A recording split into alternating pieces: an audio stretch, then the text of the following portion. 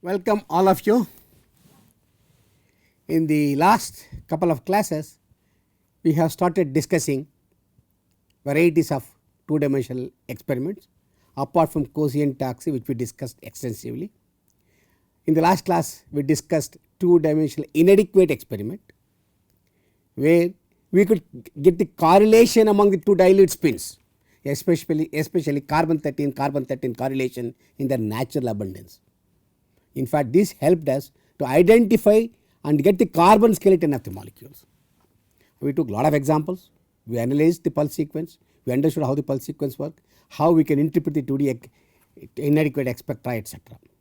Continuing with that, I also discussed a resolved spectroscopy, J resolved spectroscopy. I told you it is similar to our spin echo sequence, homonuclear spin echo or homonuclear J resolved experiment, where chemical shifts are refocused but not the J coupling, and variation of the delay in the spin echo delay there can create intensity changes, and then intensity gets modulated as a function of the coupling strength and also the T1 delay. Double Fourier transformation of that gives the spectrum where J coupling will be in the couplings will be in one dimension, indirect dimension, and in the direct dimension you will have both chemical shifts and the couplings. And the spectra will be tilted by 45 degree. If it tilted by 45 degree, we are going to get a spectrum where we have only chemical shifts along the F2 dimension and J coupling on the other dimension. The projection of the F2 dimension spectrum gives you what is called completely proton broadband decoupled proton spectra. It is something very interesting, which removes all the couplings and you get individual peaks for each chemical shifts. That is one of the important things of this experiment. And also we understood the heteronuclear version of that J resolved. How do we get heteronuclear J couplings resolved in one dimension, in other dimension we have only chemical shifts. And there we have couple of experiments, the manifold sequences are there.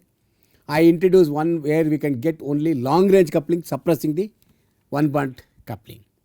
And also to speed up the data, the proton detected version of this heteronuclear J resolved also I discussed. While discussing, I gave a lot of examples. A lot of experimental data we saw, and then we analyzed the spectra.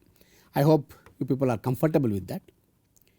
After that, today I am entering into another topic which we discussed not extensively, but I brought in those statements called nuclear over-hazard effect. I mentioned it at times when we were discussing the decoupling in the carbon-13 and various examples like depth and etc.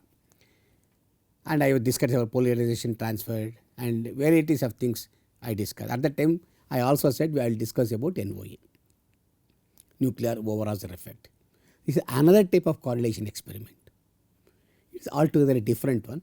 It does not require J coupling. This type of experiment for these nuclear spins need not be J coupled. That is a different version of it. We will start understanding how this 2D works, two-dimensional experiment. Before that, you should understand what is NOE. The concept of NOE is very important. So I will introduce the concept of NOE for some time, and then varieties of NOE experiment like steady state, 2D, transparent NOE, HOC, ROC, everything we will try to discuss as much as possible. Okay, I will start with the conceptual understanding of NOE in this class. Okay. Before going to NOE, I want to tell you about decoupling. What is the decoupling? Decoupling is nothing but the radiation of a frequency of one of the nucleus so that you can break the coupling with other. It could be selective or broadband. And in carbon-13 when we were discussing, I told you we do broadband decoupling where we apply RF pulse, RF power at the proton frequency and ensure that all carbons are completely decoupled with all the protons to which they are coupled to. That is a broadband decoupling. So what we do in this decoupling, that was a heteronuclear. We can also do that in the homonuclear case. But homonuclear broadband decoupling is a very challenging task, although it is possible to do in a different way. Generally what homonuclear decoupling used to be done was selective, where you can selectively irradiate and hit at a particular frequency with a second RF and see the changes in the other part of the spectrum. Then you will know which spin is coupled to which spin. That is one of the ways by doing selective decoupling. In the good olden days, we used to understand the coupling, we used to get which spin is coupled to which. That has now been replaced by two-dimensional Cauchy experiment, where you can get correlation information where which spin is coupled to which spin, which is sitting next to each other. All those things we discussed in Cauchy, Toxy, etc. The same thing in the homonuclear case in the good old days we were doing by doing what is called selective decoupling. So, broadband decoupling is little challenging. We will see how we can do that also if there is a possibility. And homonuclear, what we do is we apply a radio frequency pulse on none of the channels. What do you mean by that? I am saturating the spins. Population between two spin states, I am making it equal. And then of course I apply a read pulse and another proton and start detecting the signal. This has to be done very selectively. We cannot do broadband there. And of course heteronuclei, as I told you already, we irradiate at one of the nuclei at a very strong RF, which is the RF strength should be larger than the heteronuclear coupling constant, at least twice larger than that. And then we saturate all the populations of the protons and then detect the signal of carbon 13. In this process, what happens, all the protons which are coupled to all the carbons are broken. The coupling is completely broken, and RF we apply at the carbon 13 frequency for detection. And while we are doing decoupling, one could come across several effects. One could see several effects while doing decoupling. What are these effects? For example, when I am irradiating at a chemical shift of I spin with power, let us say RF power larger than the coupling constant between I and S, let us say I and S spin are there coupled, I am irradiating I spin and the RF power is strength of that is larger than the coupling strength. In which case what will happen, the multiple set of the signal can disappear, instantaneously it will disappear. That means because we are breaking the coupling, I and S coupling we are breaking because we are irradiating I spin. So, S spin's multiplicity disappears, we are going to get some reduced multiplicity depending upon whether we are decoupling broadband or saying selective. If it is selective, there is a change in the multiplicity pattern, or if it is otherwise it is going to be broadband, everything will be disappear, all the couplings will disappear and we get a single peak for S. And continuing with the effects of decoupling, that is the situation where decoupling the RF power is at least twice larger than the coupling strength. If the RF power is much smaller than the coupling interaction, at the same time let us assume RF is not on resonance. For example, I consider the two spin system like this. If I have to see the effect of this, I have to hit exactly at the center of the coupled multiplet pattern and see the effect of it on the other region. On the other hand, instead of that, if there is deviation from that, if it is not exactly on resonance, if it is slightly off resonance, there could be different effects. Some effects will be seen. In which case, I and S coupling is not completely removed, rather it gets reduced, it scales down a bit. If RF power is not enough and we are also not exactly on resonance, this can happen. That is one of the side effects of decoupling. Let us take the example of this molecule, hypothetical molecule. Two spins A and X coupled between themselves. This is the coupling strength, this is the chemical shift of A and chemical shift of X. I am saturating A spin, that means I am making the population between two spin states equal. Then this peak is not seen at all. We are not going to see that, population difference is 0. But then you see the effect of it, because this is coupled to this through scalar coupling, through covalent bond, this doublet collapses into a singlet and intensity becomes double. Looks what happened, I irradiated this proton A and this became a singlet. Of course, this type of decoupling phenomena, our effects, everything, how we do, what are all the details have been discussed in one of the previous courses. I am just giving you the idea what happens when we are doing the decoupling exactly on resonance with a power sufficiently larger than the coupling constant.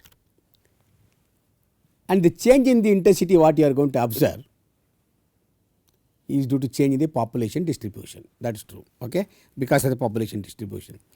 Now, it can so happen when I am trying to do the decoupling, the intensity can increase and intensity can decrease also. That is another type of another effect of decoupling. When it is going to happen, we will see that. And that is a sort of, I wouldn't say it is a decoupling, it is a sort of irradiation at another frequency, and you will see the change in the intensity of the peak similar to your decoupling. And what is going to happen if I hit a particular peak at a particular RF frequency, then what will happen? The non-irradiated peak intensity will change. In this case, as I told you, these two nuclear spins need not be J coupled. What is the requirement in the spatial proximity? As long as both of them are close in space, then if I hit one of them, there is a change in the intensity of the other. And for this thing, as I told you, spins need not be J coupled. Only spatial proximity is important. And if you go far and far away between them, they are far away separated, then NOE effect becomes very small, and sometimes you may not see. So, spatial proximity of the two spins are important. They need not be J coupled. Okay. Then what will happen? This phenomena, when two spins are close in space, when I hit one of them, change the intensity of other, this is called nuclear Overhauser effect. This NOE is positive, we say, if the intensity of the non-irradiated signal increases. I have two signals here, I am irradiating signal here, and this intensity can go up, that is positive, or intensity can come down from what it was earlier, that is called negative intensity, negative NOE. So, the intensity increasing and decreasing corresponds to whether there is a gain in the signal intensity or not, which is nothing but positive intensity, positive NOE or negative NOE. So, if the two spins are close in space, I irradiate one of them. If there is a change in the intensity which is increasing, then we say there is a positive NOE between these two. Otherwise, the intensity comes down, it is a negative NOE. Of course, you can come across a situation there may not be any change at all, there is no NOE at all for that matter, in which case this intensity may not even change at all. That is a situation where there is no NOE. I am considering a situation when there is NOE. NOE can be positive or NOE can be negative, depending upon whether the intensity of the non-irradiated peak is increasing or decreasing. All right. Before going to the conceptual understanding of what an NOE is, let us understand some salient points of NOE. At least let us, I will read out couple of sentence points like I did for the J coupling, which are very important, and each of these can be discussed at stretch. First of all, I tell you NOE depends upon dipole-dipole relaxation. There is a dipole-dipole interaction, that is through space interaction. It is not through covalent bond. This is an important phenomena, important mechanism of relaxation. Even in a conventional case, if you want to see, if the spins are undergoing relaxation, the dominant relaxation phenomena for spin-off nuclei are dipole-dipole interaction. I am telling you for spin-off nuclei, it is dipole-dipole relaxation is a dominant phenomena. So, NOE depends on this dipole-dipole relaxation. It is one of the important concept, and it is due to through space interaction. It is not through covalent bond. I told you, for example, in a given molecule, the two nuclei can be separated with 10 bonds, 20 bonds away, does not matter. Let us say you take a protein, there is one spin here, it undergoes folding and everything in 3-dimensional space, and other one comes close by here, and these two spins maybe they are separated by several bonds, more than 10-15 bonds, does not matter, but so long as they come close in space between them, each of them is a individual dipole nuclear magnets. There can be interaction of the two magnets through space, that is possible. So, this is a through space interaction. The distance is the spatial distance, that is what matters. How close they are in space matters, not how many bonds they are separated. So, this is another important point of NOE. As I already discussed, I told you NOE can be either positive or negative. That is one of the important thing, depending upon the change in the intensity of the non-irradiated peak, whether it increases or decreases. Most important parameter is Rij. This is where NOE is used to get the structure of the molecule. If you get the magnitude of NOE, how much is the increase, percentage of increase in the NOE, we can correlate it to distance between the two interacting spins, Rij. We can get the information about internuclear distance and also about the molecular motions. The magnitude of NOE depends on this Rij and molecular motions. So, most important, if I find out what is the strength of NOE, how much is the NOE, I can correlate it to the distance. I can get geometry information, conformational information. These are all important points of NOE. Another thing we can say, this NOE, before we go further for discussion, there are several factors which are responsible for this NOE. I will not say affecting, or this responsible factor that are responsible for NOE. One is various pathways that are available for relaxation. NOE, as I said, dipole-dipole relaxation. How the dipole-dipole relaxation takes place? What is the pathway available for the spins to relax? That is a dominant phenomena that tells about the intensity is positive, negative or no intensity, there is zero NOE, positive intensity, positive NOE, negative NOE or zero NOE. That is defined by the pathways available for relaxation. And another thing, it depends upon the magnetic field strength, or in other words, indirectly I would say Larmor frequency. The NOE what you do at the lower field and that phenomena for the higher field are different. Of course, concept is same, but it depends strongly on the Larmor frequency. So, for example, as we go further I will tell you, it depends upon a term called omega tau c, where tau c is a correlation time, omega is the Larmor frequency, and then depending upon this we can get NOE positive, negative or 0. It depends strongly on Larmor frequency. Or in other words, spectrometer at which you are doing an NOE experiment. It depends strongly on that. And also I told you it depends upon, just now I introduced the word called correlation time, or which depends upon mobility of the molecule. I will tell you as we go ahead further what is the correlation time. It depends upon the mobility of the molecule, how fast molecules are undergoing tumbling motion. That tells about, that also affects the NOE intensities. As I already told you, it depends upon 1 over Rij to the power of 6. Remember, 1 over Rij to the power of 6, that is in the denominator, Rij. That shows slight deviation in this value, small change in R can affect the NOE drastically. So, it is depending on the spatial proximity. That is why the spatial proximity information can be derived, because it strongly depends upon 1 over Rij to the power of 6. I told you about dipole-dipole relaxation, but in this course I never discussed about dipole-dipole interaction at all. In one of the previous courses, in the advanced course, when I was introducing solid state NMR, I discussed a lot about dipolar interaction, quadrupolar interaction, etc. Here, for the benefit of the audience, slightly I will spend 1 or 2 minutes about dipolar interaction. And dipolar interaction is nothing but, of course, if you consider two interacting spins separated by the distance r, we can treat them as like a vector, and it can be making certain angle with respect to the magnetic field. Okay. And depends upon what is the angle it is making, the dipolar interaction changes. And this dipolar interaction, when there are multiple spins are present, there will be pairwise interaction among all these spins. And now I would say this is interacting with this spin with when it is in a magnetic field. I mean, this is the angle theta. I can even find out what is the dipolar interaction strength. It depends upon orientation. Of course, we are dealing with solution state NMR in this course. We are not discussing anything about solid state NMR. In the solution state, there is a isotopic motion, that is random motion is going on, molecules are undergoing thermal agitation all along.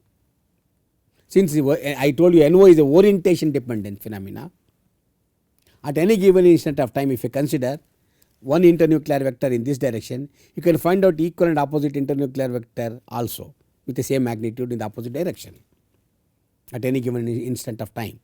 So, when you take the ensemble average of all this dipolar interaction, it goes to 0. So, in the isotropic medium, the dipolar interaction is averaged out to 0. You will not be able to see it because it is orientation dependent, and isotropic motion, all possible orientations are present, and then the ensemble average goes to 0. All right. Continuing with the dipolar interaction, it drops off very fast with the interaction between two spins Rij. Of course, dipolar coupling is always given by 1 over Rij cube, but NOE is 1 over Rij to the power of 6 because NOE involves two dipoles. Each dipole interaction depends upon internuclear distance 1 over Rij cube. That is the thing which matters. So, NOE can occur with a distance of less than 5 to 6 angstroms. Less than that, 2 angstrom, 3 angstrom. As it comes closer and closer, the possibility of seeing stronger and stronger NOE is there. As the distance between two spins become larger and larger, let us say distance increases beyond 5 to 6 angstroms or even more, you may not see NOE, or it may be very, very weak in NOE. This clearly tells you we can get distance information. Up to let us say less than 5 or 6 angstrom, or usually we get very strong NOEs, especially proton-proton NOE I am discussing now. With this, let us try to understand NOE in two spins case before going into the, because in a given molecule there could be n number of protons molecule, there are many protons could be present. But to understand the concept, let us start the discussion with only two spins. Okay. Now, NOE does not involve coherences. Remember, like any other NMR experiment, we detect the coherence. We measure that. Bring the magnetization to x and y, x or y axis, that is a coherence. We collect the FID. But here, no coherences are involved. It is just a polarization, difference in population between the alpha and beta spin states. If I consider spin-off nucleate, there are two alpha and beta spin states. The population difference between these two spin states is what is defined. So, it is a polarization which is important, not the coherences. That does not, NOE does not involve coherences. That is the important point you should remember. NOE is merely a polarization. And before I want to go further, I want to introduce certain type of transitions in coupled spin system. For example, you remember in the second or third class itself we discussed about selection rule in NMR. What did we say? Selection rule is where the change in the magnetic quantum number between any two spin states or energy states should be either +1 or -1. That is what we said. True. This means at any given instant of time only there is a change in the one quantum of energy. When the spins undergoing flipping between any two states, there is only one quantum of energy is getting changed from alpha to beta. That is what we are going to detect. The change is only one quantum of energy, and that is what the selection rules allows. But can there be higher quantum or lower quantum, lower than 1, 0, or higher than 1, 2, 3, 4th quantum NMR? Can we detect higher quantum NMR? Selection rule does not allow. I told you that they are all forbidden transitions. But how many such type of transitions are possible in just two coupled spin system? 3 it is more, 4 it is even more. But we are taking the example of only two coupled spin system. So, I will discuss about single quantum, double quantum, zero quantum transitions in such a spin system. Of course, energy states already we have discussed n number of times. It is the beta beta states, alpha beta, beta alpha, alpha alpha. The magnetic quantum number of each states is, so Fz is nothing but sum of each individual magnetic moments of each individual spin. So, minus half it is -1, 0, 0, +1. That is all we know. Okay. Now, I told you about single quantum transition, which is changing the delta m plus or minus 1, that is, and this is allowed 1. I told you that is a transition because A spin is undergoing flipping. Here this is also A transition. All the red spins which are undergoing transitions are A, and again alpha to beta, beta to alpha, that is allowed. This blue I have made it for X spin, alpha to beta, beta to alpha. So, these are all X transitions.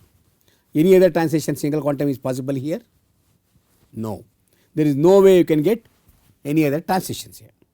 So, the maximum possible single quantum I told you, when there are n spins are coupled here, especially 2 spin, we have 4 energy states and 4 single quantum we are seeing. If you go to higher number of coupled spin system, it will become different, we can calculate in a different way. I have told you already 2 NC n minus 1 transitions are possible. Alright. So, we get 2 transitions for A and 2 transitions for X. But here I am taking the example of 2 spins which are not J coupled. There is no, see here there is no shifting of alpha alpha beta states or beta alpha states. There is no stabilization destabilization. I told you, remember when I was discussing about the sign of the J coupling, that such situation is not there here. So, no coupling. So, as a consequence, frequencies of both A transitions are identical, frequencies of both X transitions are identical, they overlap. As a consequence, you get one peak for A and one peak for X. That is what it is. We will go further.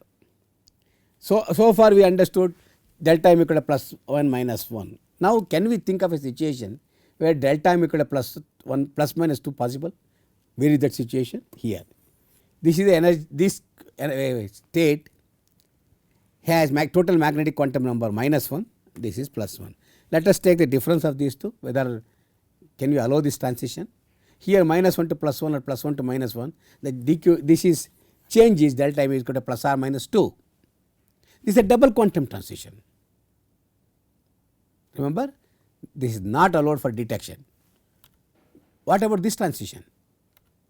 Can you think of spins 0 to 0, alpha becoming beta, beta becoming alpha, same energy state 0 to 0. That is not allowed because we cannot detect it. So, this is called 0 quantum transition. But remember, double quantum and 0 quantum transitions are forbidden in NMR as far as the detection is concerned. But in the context of relaxation through dipole-dipole interactions, that is why I did not take J coupling, I considered 2 spins which are closed in space. Dipole-dipole interaction I was considering. In the context of dipole-dipole interaction or relaxation through dipole-dipole, this is allowed. Double quantum, 0 quantum relaxation pathway is allowed, but not detection is possible. That is why I told you, remember, NOE is not a coherence, it is only population difference. You understood why I am telling that. We can see the transition. We can spins can from alpha alpha it can come to beta beta, beta beta it can go to alpha alpha. There is a change in the population possible. That is allowed as far as NOE is concerned through dipole-dipole relaxation, but you cannot detect the signal directly. This higher quantum detection is done in a different way. I discussed in one of my previous advanced courses. So, we will not worry about that. So, please remember one thing, that 0 quantum, double quantum are forbidden transitions in NMR as far as the detection is concerned, but in the for the context of relaxation they are not forbidden, they are allowed. Okay. With this, we will understand now what is a dipole-dipole relaxation. Let us consider 2 spins which are not J coupled, remember, but close in space. That is what I want. There should be dipolar coupling, dipole-dipole interaction should be there. There is no need of a covalent bond for this. But only thing is spatial proximity is important. I bring them close in space. These 2 neighboring molecule, nuclei in a molecule, I can treat them as 2 dipoles. True. Each nuclear spin I told you is like a dipole. They are tumbling in solution like this. What happened? Let us say one dipole is here, other dipole is here. It will influence, it will create a local field at the site of this nuclear spin. And what is happening is, this nuclear spin is not sitting in the same place. It keeps changing its position. From here it comes here, from here it goes here, here, here, like that. It keeps changing its position. It is tumbling in solution. But remember one thing, the direction of orientation between these 2 nuclear spins is same. The orientation of each nucleus with respect to each other, as with respect to the static magnetic field, do not change. With respect to static magnetic field, both were parallel here. that orientation with respect to this remaining same, that is not changing. But one spin is undergoing tumbling while introducing the local field, dipolar field, at the site of the other nucleus. That is possible. Then you may ask me a question, what happened to this spin? I am showing for one nuclear spin, same phenomena is applicable for other spin also. This can also create a local field at the site of this, like the way it is doing, that is also possible. So what is happening? The nuclear spins are undergoing tumbling motion in solution. Orientation of each of these nuclear spin with respect to external magnetic field remains same, but at the same time when they are undergoing reorientation, changing the orientation with time, it is creating the local field at the site of the other nucleus.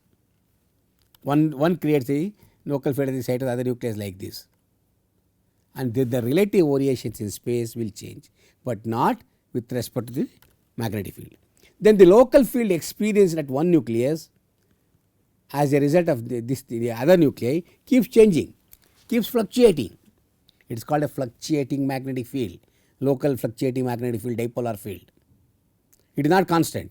When the molecule undergoes tumbling, this nuclear spin keeps changing its orientation, creating local field at the site of other spin, and that keeps on affecting that. The local field experienced by one nucleus as a result of the other keep on fluctuating because of molecular fluctuation, and this will cause what is called dipole-dipole interaction. There will be a dipole-dipole interaction as the molecules are undergoing tumbling when it is there. This tumbling molecule, what happens? It creates variation in the magnetic field at the site of the nucleus. That is what I told you. As you keep changing, the local field created at the site of the nucleus keeps on changing, and this oscillatory field causes the spins flipping of the adjacent nucleus. This is the interesting concept. Remember, this nuclear spin here I saw, this was undergoing tumbling motion with respect to this, and then it is creating the local field at the site of other spin. You can see that this local field is the one which is responsible for that other coupled spin, the neighboring spin, to undergo flipping from alpha to beta state or beta to alpha state, whatever that state is. It causes flipping of the nuclear spins, neighboring nuclear spin. This is only oscillatory field, not a constant field. If the oscillatory field, it should be oscillatory field. If the constant field means it can match with only one frequency but not other things. So oscillatory field keeps on frequency, gets oscillated and causes the flipping of the spins of the adjacent nucleus. Okay. This is what is called dipole-dipole relaxation, and it is a dominant dipole relaxation mechanism for many spin-off nuclei, and this is the source of nuclear over-absorb effect. Please remember, the source of the nuclear over-absorb effect is the dominant mechanism. There are several mechanisms, but dominant relaxation mechanism for NOE, nuclear over-absorb effect, is the dipole-dipole relaxation. Okay. Now I will since the time is getting up, now we have to discuss more about the relative negative and positive NOE, etc. We will come to that later. But right now today what I was trying to tell you is, we are going into a new topic called NOE, which does not require scalar coupling between the covalent bond between the spins. All it requires is a close spatial proximity, and in which case it depends upon the distance between the interacting spins or closely spaced nuclear spins. It depends upon the magnetic field, depends upon the tumbling motion of the molecule. I showed you molecules are undergoing tumbling, and the tumbling motion depends upon the size of the molecule, and it depends upon the magnetic field. I told you Larmor frequency. All those factors affect the NOE, and the salient feature of the NOE is it depends upon the internuclear distance and the through space interaction, and no need of a covalent bond.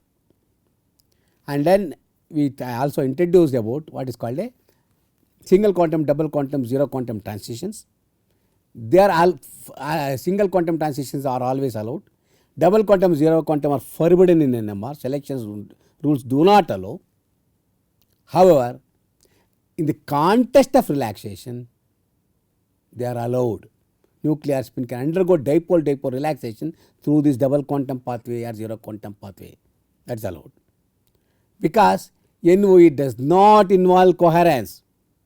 It involves only population difference. That is what I told you. It involves only population polarization, not the coherence.